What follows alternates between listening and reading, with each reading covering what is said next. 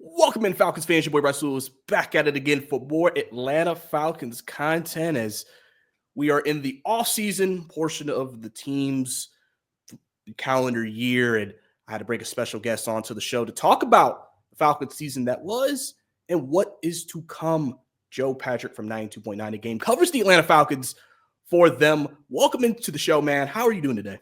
Bryce, I'm doing good. I'm still, in recovery mode from the season, trying to deal with everything emotionally and mentally. But it's kind of sad when it's always sad when the season ends. But excited we get to watch some playoff football here coming up, and should be an interesting offseason for this Falcons team. Lot for them to kind of use from this past year as a learning experience and make some corrections. But it certainly seems like they've got some at least building blocks to work with going into what will hopefully be a successful 2025.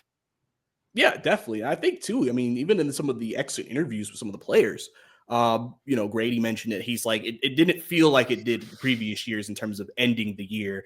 Obviously, the somberness. Now it's like because you have some things to look forward to, as you mentioned. Yeah. And so my first question to you is, obviously it's been a few days since the season. Doing a quick reflection. How do you view this season in your eyes for the Falcons? Obviously, they didn't make the postseason as expectations were thought to be had and other things. But overall, how do you feel about the 2024 season that was for the Atlanta Falcons? I mean, the season itself was a failure. You did not accomplish what you set out to, which was to win the South. And not only did you not win the South, but you threw it away. You blundered it. You lost it from a clearly winning position.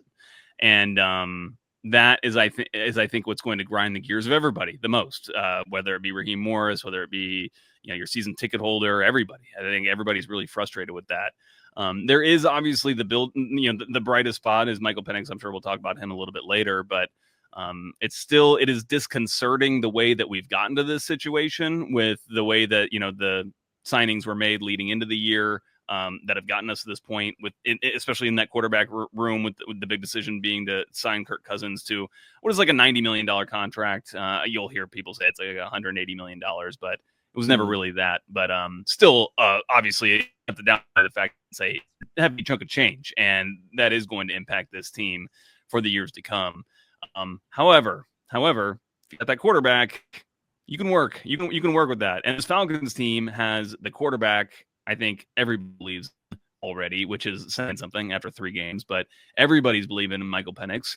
And you've got a rock solid offensive line that need a lot of adjustments to it. They'll probably re-sign Drew Dahlman on a probably be a pretty team friendly deal. And you keep that offensive line together. You've got your playmakers who are still, on rookie deals, some of them 5th-year option for Kyle Pitts, but you've got players on offense, and that should not be an issue. Obviously, on the other side of the football, that's where a lot of this team's issues were this year, and I think that's where there's the most skepticism that fans have is that are they going to get that right? Because there have been way too many years in this 7-year stretch that the Falcons have not had a winning record where they're down by defense, whether it was those kind of later Dan Quinn years or the early Arthur Smith years or the, now this year, obviously it's just not been good enough. It's not playoff caliber defense. So there are obviously pros and cons from the season. You just wish it would have been, obviously everybody wanted to see this team back in the playoffs, and it's just unfortunate. I think everybody's still dealing with the fact that that hasn't happened. Yeah, especially since the Benz has been open. Right. It's crazy. So that's obviously been a big stain on what they've been wanting to do, because obviously you have a new building that you created, and now you haven't been able to host a playoff game. You hosted every other sporting event there, but not yet an NFL playoff game. So obviously that's something they're still chasing. And obviously you mentioned the defense has not been good enough, especially during this drought of not being in the postseason and also having a winning record as well. So one of the big things I think a lot of people are wondering about is the future of Jimmy Lake. Very, new guy on the scene. A lot of people kind of questioned the hire initially out of the 2 coordinators, and then how the season played out kind of made everybody feel like, I'm not feeling it. and I even, said, I was like, to me, he doesn't come off as an NFL coordinator to me. That's just me. And Raheem was not committal during the presser he had earlier this week about it either. So give me your thoughts on Jimmy Lake as a defensive coordinator this past year and what, I guess, feeling that you're getting about that. Because obviously I think that's what a lot of people are going to look at first if this defense was to improve next year. Yeah, I ultimately do not think Jimmy Lake will be back as the team's defensive coordinator. I think if he, I would feel differently if Raheem may have answered the question about him differently in the press conference. And he didn't say, obviously, that he was, firing. He didn't make news there. But the way in which he answered the question didn't really inspire much confidence for Lake, and understandably so. It appears that Raheem Morris kind of stepped in at the bye that they had late in the year and took more control over the defense as a defensive guy himself for the majority, or for that stretch, basically. And that's kind of the first indication that we have that the team was already thinking about moving on from the defensive coordinator. But, something that we were talking about before we went on, which is that, it just always felt to me like, this defense played like less than the sum of their parts. Like there's pretty good players on this defense, like just individually. If you go through, like, AJ Terrell is a top tier cornerback. Jesse Bates, obviously Pro Bowl tier safety. You've got a Pro Bowl tier player in Caden Ellis. I'm sorry. You know what you've got in guys like Grady Jarrett. You signed Matthew Judon. Obviously, he didn't produce this year, and there's probably reasons for that are scheme related and related to him. But I do think that they are partly scheme related. I mean, like, Bryce, how many times did you see Matthew Judon like chasing running backs or tight ends down the field, like 30, 40 yards downfield? It's like, what is Matthew Judon doing out here? I mean, I get that he is like more like has played more coverage snaps in his career than some other edges, but that's not what you bring someone like him in for. You bring someone like him in to rush the passer. And there were all sorts of issues like that. Like, this team played way too soft coverage. Like, when you've got players like AJ Terrell, you want AJ Terrell in somebody's grill, like locking them down, not disrupting their flow, their release off the line of scrimmage, and making things more uncomfortable for opposing quarterbacks. And what do we see from this team? I don't know what they finished at, but at some point, like late into the year, they were allowing 72% completion percentage to opposing quarterbacks. That was last in the NFL.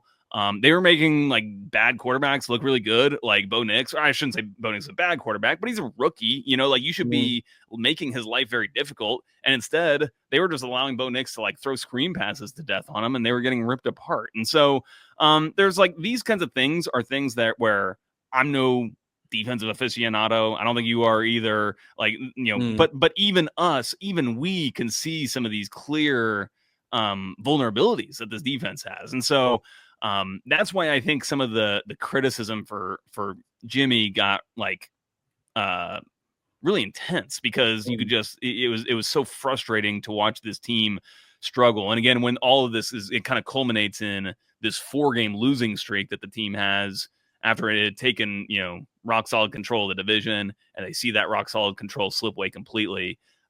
It just leaves you with a terrible taste in your mouth. And ultimately, I think it's the kind of thing that results in coordinator losing his job in the NFL. You don't have time for that. Yeah, definitely. And I think too, for me, I think, as I mentioned to you before we got on here, it's just, it felt like from what we saw last year to this year on the defensive side of the ball, it was just a huge change. And obviously you can expect that sometimes with a different defensive coordinator, different scheme. This team has had 3 defensive coordinators in 3 years. So they haven't even had consistency for a while. Right. Yeah. And so that can obviously impact things. But I mentioned that I just felt like everybody regressed through the season. And I was like, I get a couple of players. That makes sense. That can happen. But like everybody doesn't look good. I was like, all right, I feel like the coach is not using the players to the best of their abilities at all. Like you mentioned with the Judon, him going out in coverage. Why am I seeing him down the field on somebody? That's not something you want to see. I feel like most teams, when they see defensive linemen down the field, you're kind of like, what are we doing? Right, when you see a defensive tackle 5 yards off the line of scrimmage, what are we doing here? Maybe you'll get lucky. You're trying to trick them. It happens. That's how we get the thick man touchdowns. That's how we get that from time to time. But you question it if it ends up costing you. And I think, and then I've even said in the case of like Justin Simmons, I don't think Justin Simmons is as bad as it seems to some people. I think obviously he's not playing his natural safety position, Plus, also, again, with the scheme, I think that just Jesse Bates is good enough to like transcend the scheme. He's just that good. Where Simmons, even though he's a really good player, he still has to be put in a certain position. Mm-hmm. And I think you've seen that with some of the guys that we've watched throughout the year. But you saw as they started to play better after the bye, like Caden Ellis, he's best as a pass rushing linebacker. Now he looked way better when you put him in that spot. So I think that's something obviously that created those big questions. Now, with that, we know there's a lot of big decisions that have to be made on that side of the ball. Some people think, again, we'll get into the Kirk Cousins here in a second, but there's going to be maybe some cap casualties. There are a lot of people who are also free agents for the Falcons. Guys like D. Alford, he struggled this year. Some people think that, D may be gone.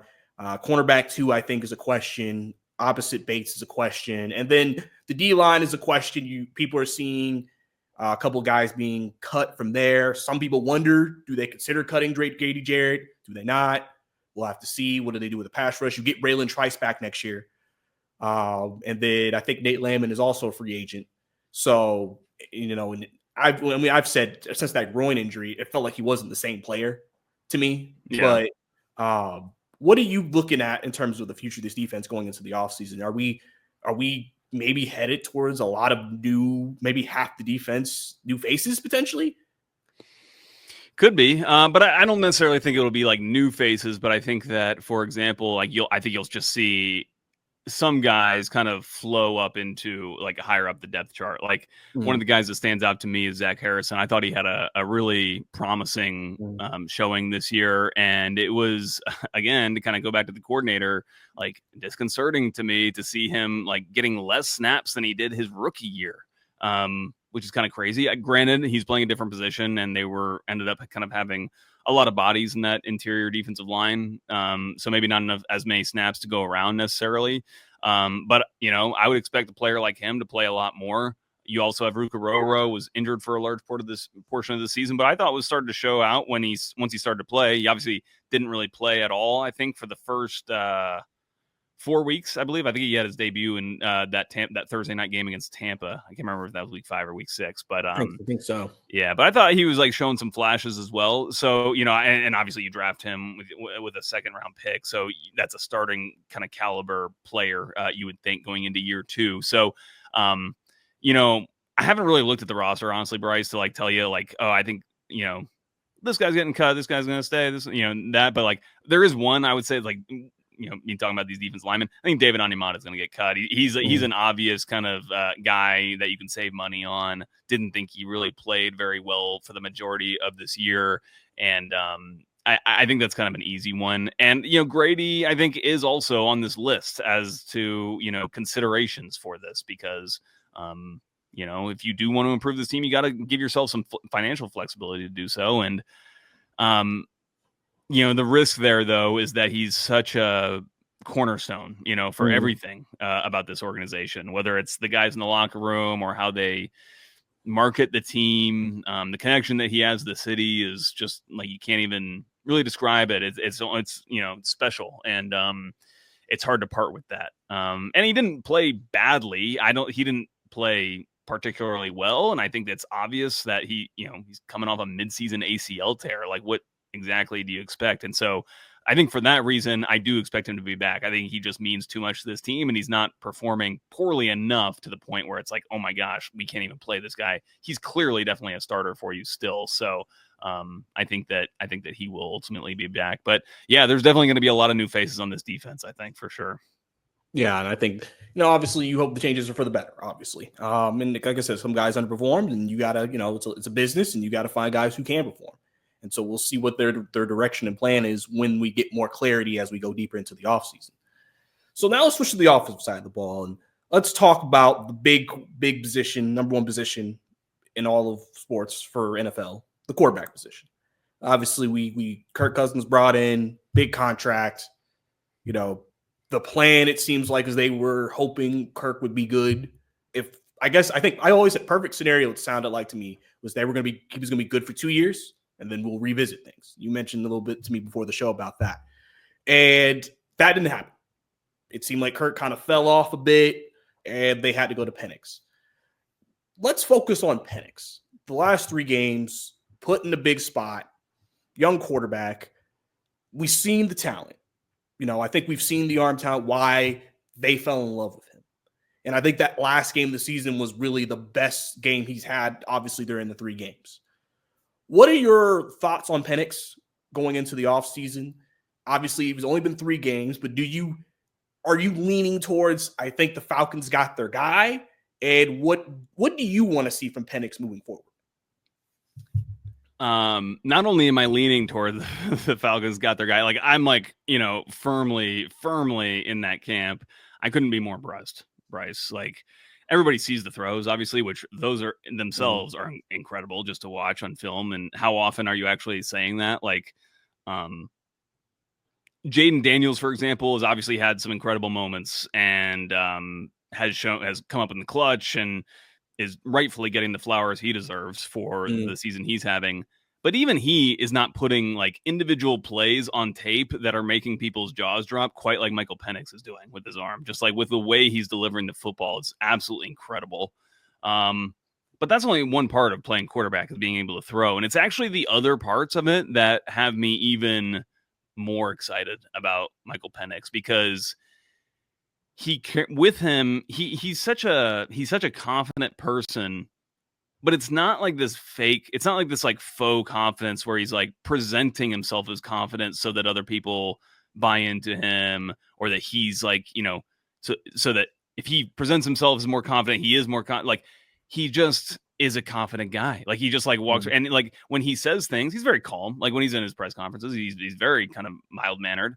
But he says things that are actually kind of outrageous. Like we were just talking to him the other day after the season ended, and he's like, "I think we're the best offense in the NFL. Like player for player, we're the best offense in the NFL." And actually, if you think about it, it's like if you go through, it's like Bijan, yeah, he's like among the best running backs. Drake London, he just finished 4th in the NFL in receiving yards. You have Darnell Mooney, who also, is about 1,000-yard receiver this year. You've got Chris Lindstrom, you've got this like Pro Bowl offensive line. He might not be necessarily wrong, but you have this huge quarterback void. Oh, but like he's saying it, and the way he says it just makes you believe it. And he obviously backs it up with his play on the field. And so I think it's that kind of confidence, that kind of quiet confidence that he carries, that you've really seen his teammates kind of latch onto and really believe in him, as their leader, even though he's a rookie, and he's leading a bunch of these other guys. But and I think one of the reasons why he has this confidence and why he has this kind of these natural leadership qualities is that he did play for so long in college, and he has gone through so many things, the injuries, etc., while he's just faced a lot of adversity, frankly, in his life. And, he wasn't like a highly recruited prospect coming up, but he earned everything he got. And I think clearly has like, solid foundation in terms of like his upbringing and just like the person that he is. And all of this culminates into, I think, a quarterback that's going to be one of the better ones in the NFL for a long time. Yeah, and obviously that would be great if the Falcons had their answer at that position for another decade. Yeah. Don't have to, especially after what we've just been through the last 3 years, from Matt to Marcus to Desmond to Kirk and now to Penix. It kind of makes you, it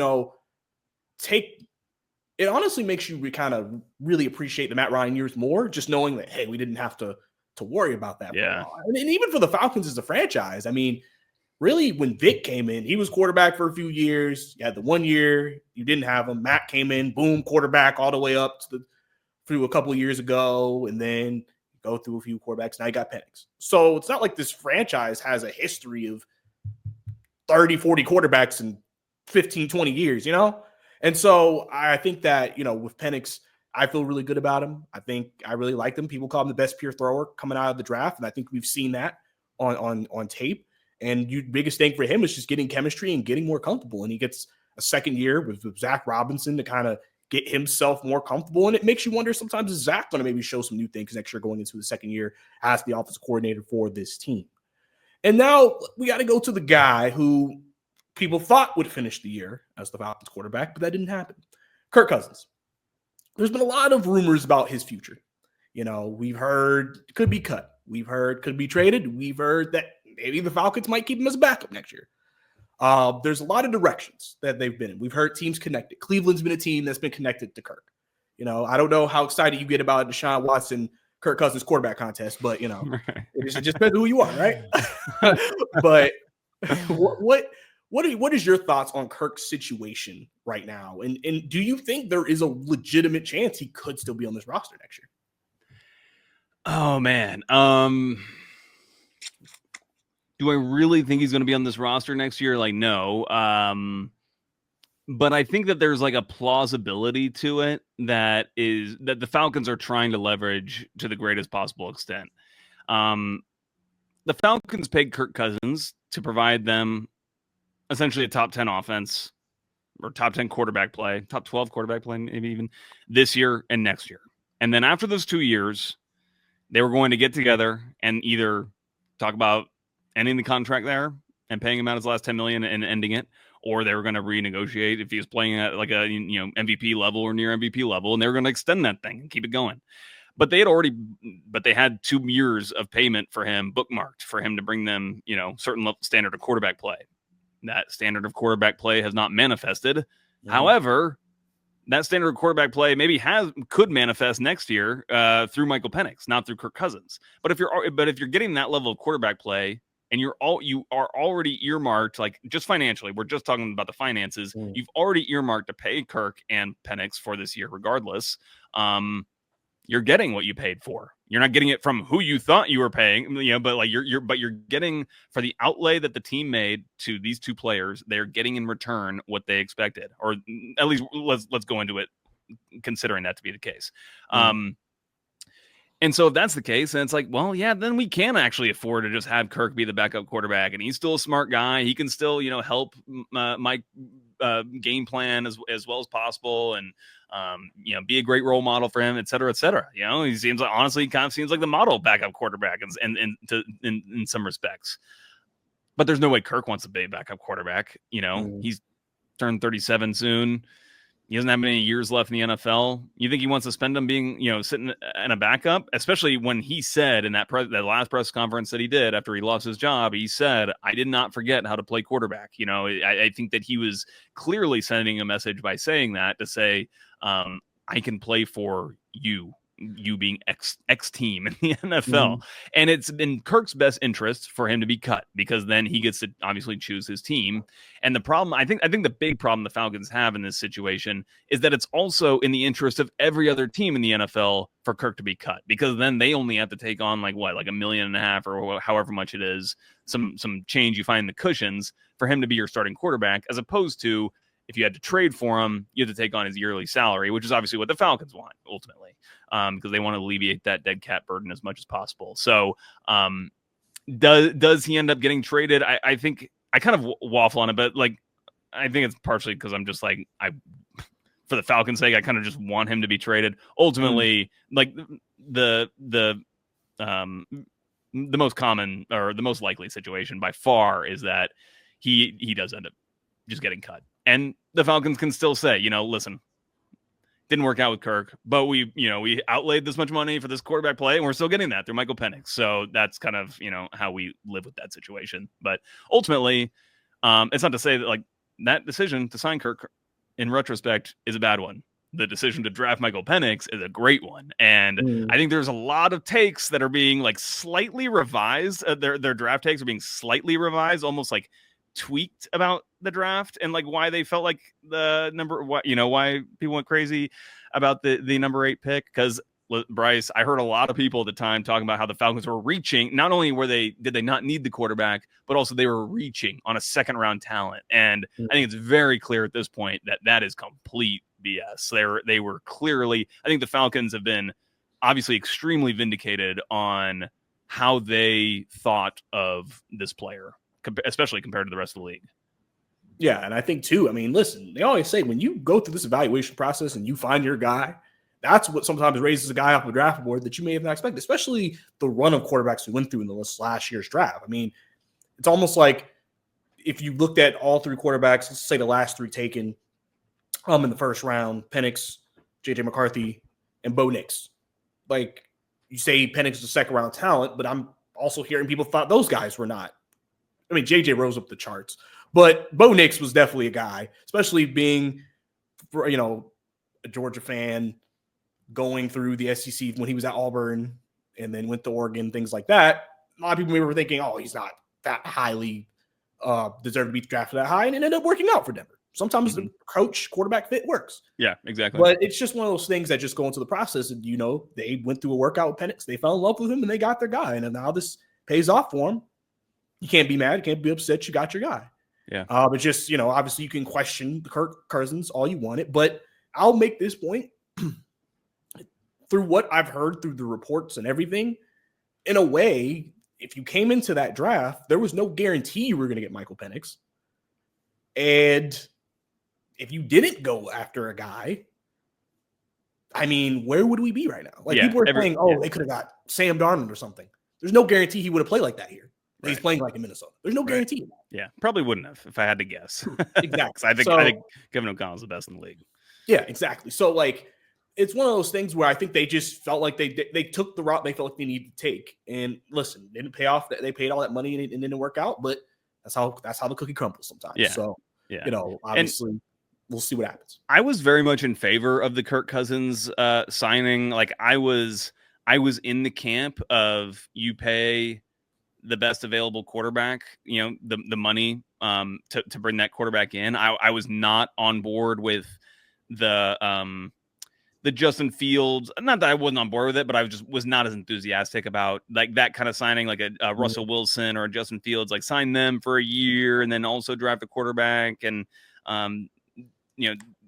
play the game kind of like that. Maybe that I think pretty clearly in retrospect that would have been the better way to go about it. But the one thing that just none of us knew from the outside, and maybe the Falcons didn't know either, was exactly the condition that Kirk was going to be in. Because ultimately, we're kind of have brushed past this, but that was clearly the fault that he had in the season. Why he wasn't able to be the quarterback that I think everybody thought he was going to be was because of he was being held back physically he was hampered by his Achilles. And so the conversations that I had on air on 99 The Game with co-hosts and colleagues was, it was always kind of with this caveat that was like, well, assuming that he's healthy, then Kirk Cousins, but you could only say so much because it's like, how much are we able to know about, what condition he's in? And you kind of assume that the Falcons were going to have a much better idea of that. And if they did go in for him, then it probably meant they felt pretty good about it. And in retrospect, I think that we can safely say the reason why it was a bad signing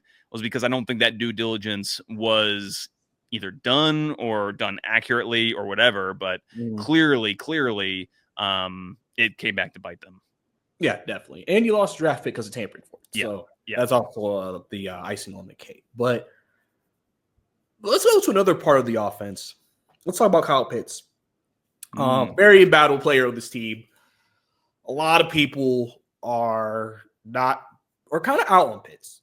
They feel like waste of a pick. They feel like he should be cut. A lot of people would like him to be traded. He only has a year left with the team. He has showed flashes, at times of the player that you thought you were getting, right?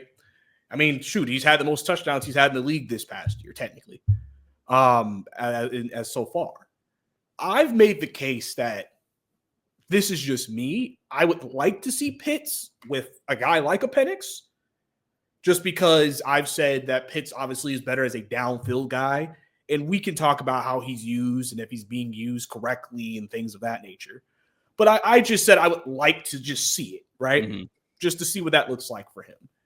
And like I said, the Falcons don't have to make any crazy decisions on Pitts this year if they don't want to. It just depends on what they want to do. Where do you stand on Kyle right now with the team? It's a tough one because I'm with you, Bryce, that I think there's a lot more to come from Kyle Pitts in his career. I'm not out on him like that at all. And I feel bad for him because, a lot of the way that we perceive players and the way that they're talked about is through this kind of like, this fantasy football prism. And, that's not always fair. It's not always fair on the player. And then like if the player underperforms, it's really like, then the media gets mad at him and they get mad because of like because of the way he's playing compared to a preconceived notion about the way he would play that would like he never like put out there or anything. But obviously, you know, there were certain expectations of the fact that he was drafted 4th overall, that he was going to be a major impact player, and the fact that he, you know, he did put up a great rookie year, you know, coming right out the gates with a good quarterback. But then after that, you know, I don't think he was playing badly, but, you know, he's obviously having a more down year with Marcus Mariota at quarterback, obviously understandable, and then gets hurt in the middle of that year. So not able to play the rest of that year, comes back 2023. Turns out the injury was probably worse than a lot of people thought it was going to be, or had been, and maybe was taking him some longer time to regain his full abilities. Then that threw 2023 into the blender a little bit. And again, with all of this kind of media scrutiny layered on top of it, doesn't really make it any easier for him. And then, you know, obviously has the year that he had this year. And, you know, he still made plenty of big plays for this team. You know, he was like actually like creating a lot of their like truly big explosives early in the season. Think of a big catch that he had against the Chiefs.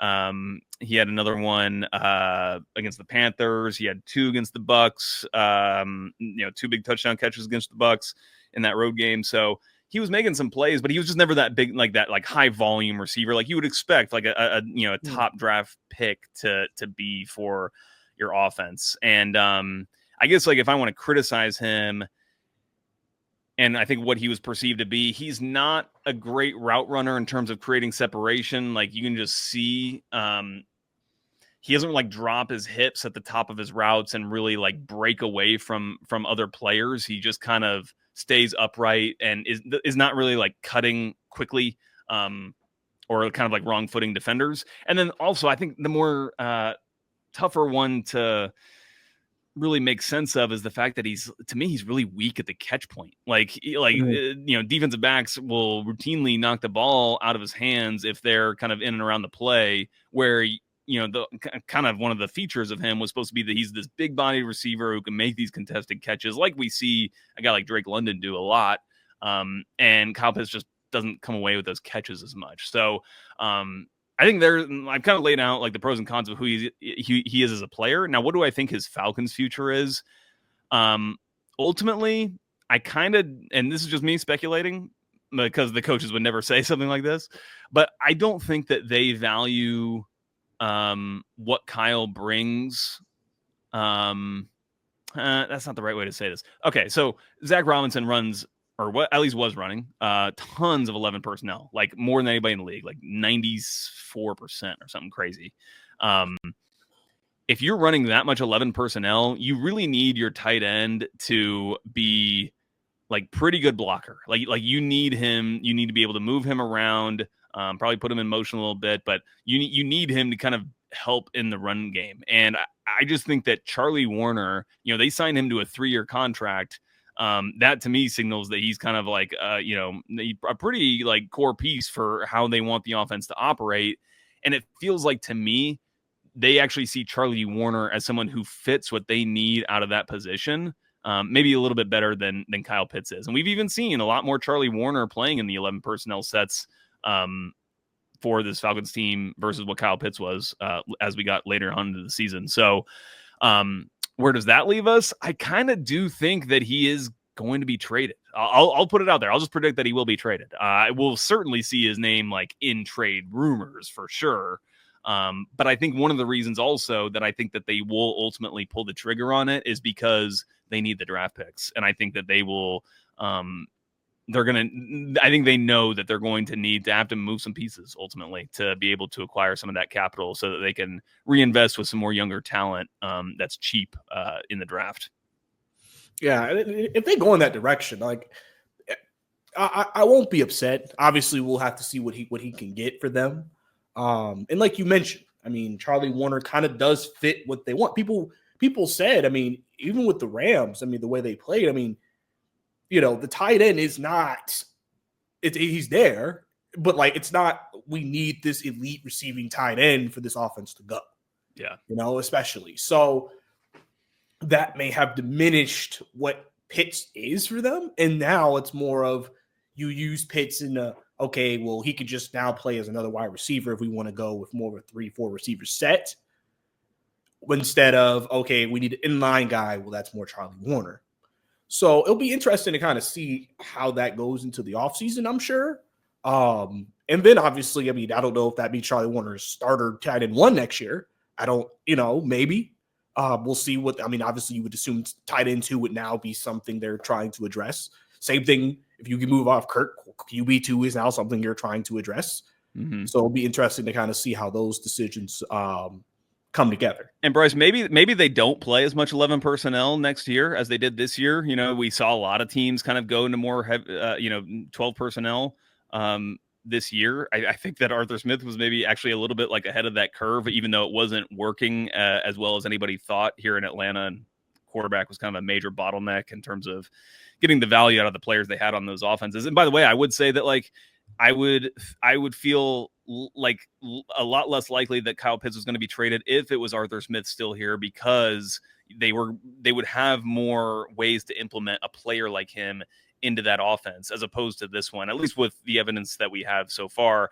And one of the other things about, I thought as well that he would play more receiver, just play, he's obviously quote unquote like a tight end, but you could put him out in some different spots in the slot and whatnot.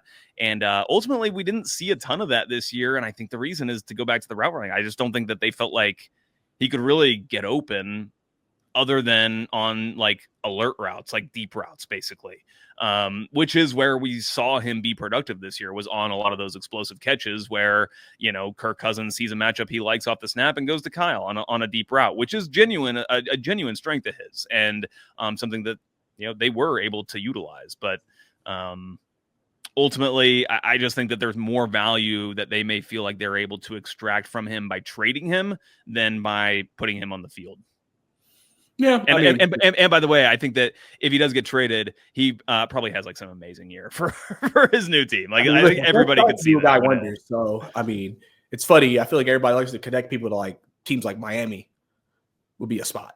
Yeah, the way they play. Yeah. Oh, put him out there with Mike McDaniel, see what he can do with it. And see maybe. I mean, obviously, I don't want to try to create any Tyreek Hill rumors. That's not what I'm trying to say or anything like that. I don't think the Falcons are going to take on him. Get him back with Jonnu in Miami. Boy, great Jonnu Smith. That's real tight end 1. That's right. Yeah. But yeah, man. So, all right, quick game, and I'll let you go. Okay. I'll name 3 Falcons, and you tell me if you think predictions they'll be here next year. Okay. Matthew Judon, Justin Simmons, and Nate Landman. No, and yes. So those are my answers. I'll give you why. With Judon, I think that the tough thing about Judon is I don't think that they used him correctly this year, and I think that a lot of people, I think the front office would probably agree with that, and that they could have gotten potentially more value out of him this year had they used him a little differently. We were kind of joking before we started, how many times do you see him running 30 yards downfield, chasing some clearly faster player than he is? He's being asked to guard a running back or a tight end out of the backfield or something. And that was really frustrating. However, he's an older player. You've got Braylon Trice coming back in that position. There's just not really the excruciating need that you have for him. You might be thinking you're drafting an edge, by the way, with one of your top draft picks this year too. So I think that's a position that needs to be addressed for sure. I just think that there's a player that, if Judon blown them away this year, I think they would be very much like to bring him back, but I don't think he did that this year. And so I think they'll move on from him. Justin Simmons is honestly, it's kind of a similar story. I think there is potentially a place for Justin Simmons as a rotational player in this secondary, but it's clear that he didn't have the range and to really play alongside Jesse Bates. And it's something that I didn't know how it was going to work. I thought maybe it could work kind of well, but I don't think it ultimately did, which is that but in Bates and Simmons, the Falcons had 2 safeties who are kind of like playmaking safeties who want to drive on balls and maybe break some rules and make some plays. And I feel like Jesse Bates is clearly that guy. And I feel like it would be smarter for this team to just pair Jesse with a rangier player. Even though we consider Jesse Bates is kind of considered a free safety, he almost plays the position in like a strong safety kind of way, where he's like kind of comes down in the box and is like physical in the box and is willing to make some of those plays, like drive down on balls and make some of those plays. And I think pairing him with someone rangier would be a better option. And maybe they think that DeMarco Hellams could potentially be that player. And I know people might be cringing to think like, oh, DeMarco Hellams, but ultimately, with the situation this team is in, with Kirk, a lot of dead money on the cap with the Kirk Cousins situations like we talked about, you're going to need some players to step up and perform that aren't making much money and aren't like ballyhooed players. And maybe Hellams is that guy. Maybe a rookie is that guy. Maybe they do sign somebody. But ultimately, I think there's a better fit alongside Jesse than Justin Shimon showed himself to be. Now, there is potentially a spot for him if he wants to take a much lesser number on the contract for him to be like in a 3 safety package for this team, because they also need help at their nickelback slot, and maybe he could help out there in some respects. So but ultimately I don't think he'd be back. And then Landman, I think he'll be like what's a restricted free agent or something like that, but I could be wrong. But I think that they have some sort of like, if not control over him, they have some sort of like advantage into signing him versus other teams if they want him. And I do think they want him. Like I think that he provides some value for them in as a kind of like a situational player in base packages. Don't think he's like kind of going to be at the status that he's been these last couple of years as he has been as a linebacker in that linebacker room. But I tend to think that they like a player like him around. He's like a hard worker, again, kind of has a interesting background, has good relationships with other players on the team, and would at least provide some continuity for this defense. Are you telling me it's JD Bertrand time next year? Maybe, but that again, that's another. I mean, there are needs at every level of this defense for this team, and whether it be at edge, whether it be at linebacker, whether it be at safety or that nickel slot. So there's a lot of work to do for this front office and refiguring this defense. And if it's not JD Bertrand, they need somebody who's like a coverage player to play alongside Caden Ellis. It's kind of similar, like finding that pairing for Ellis. It's kind of similar to finding that pairing for Jesse Bates. You just got to find that player that plays alongside them that best accentuates and allows the defensive play caller to accentuate, the strengths of, their tandem. So they need somebody like, I think Troy Anderson was supposed to be that guy where, you can just have Troy Anderson like run Alvin Kamara down all day long on those stretches and screens. And he was able to do that. But the problem is Troy Anderson can't stay healthy, apparently. So you can't go into next season banking on him either. So they're going to need to find some solutions. Yeah, definitely. And that's just part of the many questions they're going to have going into the offseason. Obviously, like I said, still the beginning stages. We still have to get to the Terry Fontenot presser, and we'll see what happens from there, and we'll see how the plan formulates going into this offseason. But Joe, I appreciate you, man, definitely coming on to the show, man, and giving your takes on what's happening with our Atlanta Falcons. Let people know where they can find you. Yeah, Bryce, thanks for having me on. You can find me on X or Twitter at JAPatrick200. You can also catch me on 92.9 The Game, but I don't have a regular thing now. Like I used to be on the tailgate show before every game, but no more games left, sadly. So I don't know. If you tune into 92.9 The Game, there's a decent chance you might hear me on a segment. I kind of pop on randomly, depending on when the producers text me. So, just keep it locked to 92.9 The Game if you're local, or download the Odyssey app, get it there. And, follow me, JAPatrick200. Yes, sir. And obviously, guys, you already know, Bryce_2K across all social media. If you want to keep up, if you enjoyed this, definitely subscribe to the channel for more Atlanta Falcons content. Like the video. Leave comments down below about anything, any discussions, any questions, anything we talked about during the pod for sure. Obviously, you never know. You might see Joe back on the pod, at some point during this offseason. So don't be surprised. Don't be surprised, man. But like I said, man, I appreciate you coming on. And that's all I got for you guys today. That's Joe. I'm Bryce. See you next time.